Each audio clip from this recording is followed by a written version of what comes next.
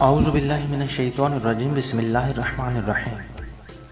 تمام سننے اور دیکھنے والوں کو میری طرف سے السلام علیکم۔ آپ دیکھ رہے ہیں ای چینل۔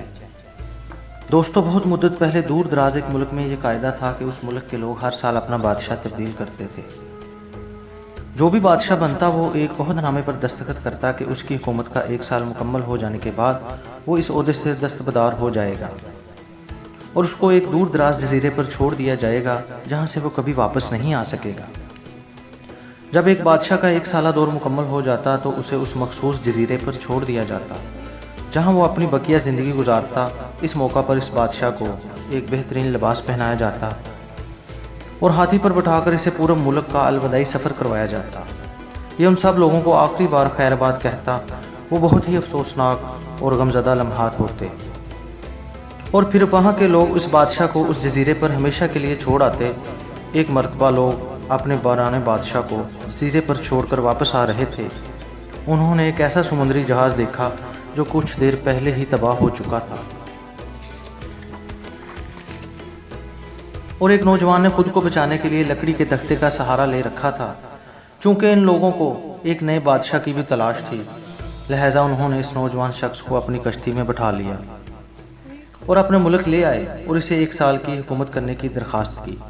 پہلے تو وہ نوجوان نہ مانا، لیکن پھر 1 سال کے لیے بادشاہ بننے پر رضامند ہو گیا۔ وہاں کے لوگوں نے بادشاہت کے تمام اصول اسے سمجھا دیے اور یہ بھی بتایا کہ 1 سال کے بعد وہ اسے فلاں مخصوص جزیرے پر چھوڑ آئیں گے۔ بادشاہت کے تیسرے دن ہی اس نوجوان بادشاہ نے اپنے وزیر سے کہا کہ مجھے وہ جگہ دکھائی جائے جہاں گزشتہ تمام بادشاہوں کو بھیجا گیا تھا۔ بادشاہ کی خواہش کا اہتمام کرتے ہوئے اسے وہ جزیرہ دکھانے کا اہتمام کیا گیا۔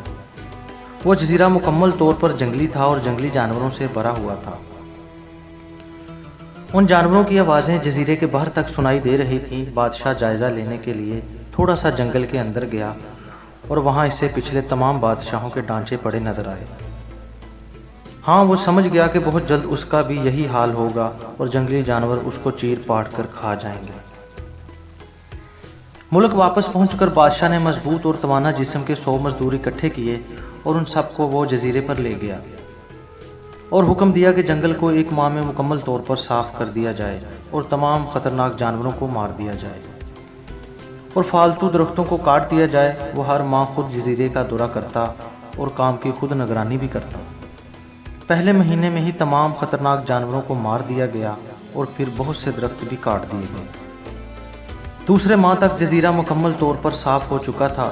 بادشاہ نے مزدوروں کو حکم دیا کہ جزیرے پر مختلف مقامات پر خوبصورت باغ تعمیر کیے جائیں۔ وہ اپنے ساتھ مختلف پالتو جانور مثلاً مرغیاں، گائیں، بھینس، گھوڑے، بطخیں وغیرہ جزیرے پر منتقل کرتا رہا۔ تیسرے مہینے میں بادشاہ نے اپنے مزدوروں کو حکم دیا کہ ایک شاندار گھر تعمیر کیا جائے اور اس جزیرے پر ایک بڑی سی بندرگاہ بھی بنائی جائے۔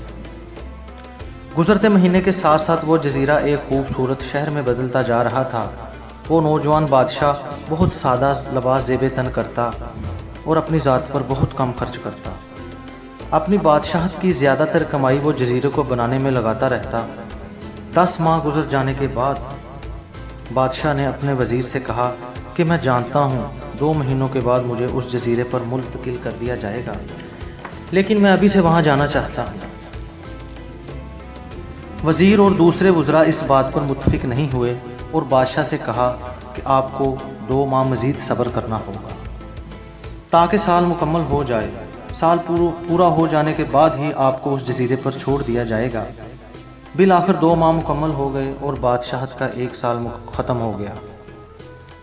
حسب روایت وہاں کے لوگوں نے اپنے بادشاہ کو شاندار لباس پہنایا اور ہاتھی پر بٹھایا تاکہ وہ رعایا کو آخری بات خیر بات کہہ سکے۔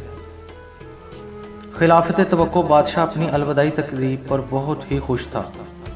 لوگوں نے اسے پوچھا، اس موقع پر تمام گزشتہ بادشاہ تو رو رہے تھے لیکن آپ ہنس رہے ہیں، آپ کی اس قدر خوش ہونے کی کیا وجہ ہے؟ اس نوجوان بادشاہ نے جواب دیا کہ تم لوگوں نے دناؤں کا وہ قول نہیں سنا تھا کہ جب تم ایک چھوٹے بچے کی صورت میں اس دنیا میں آتے ہو تو تم رو رہے ہوتے ہو اور باقی سب لوگ ہنس رہے ہوتے ہیں۔ ایسی زندگی جیو کہ جب تم مرو تو تم ہنس رہے ہو اور باقی دنیا رو رہی ہو۔ اور میں نے ایسی ہی زندگی گزاری ہے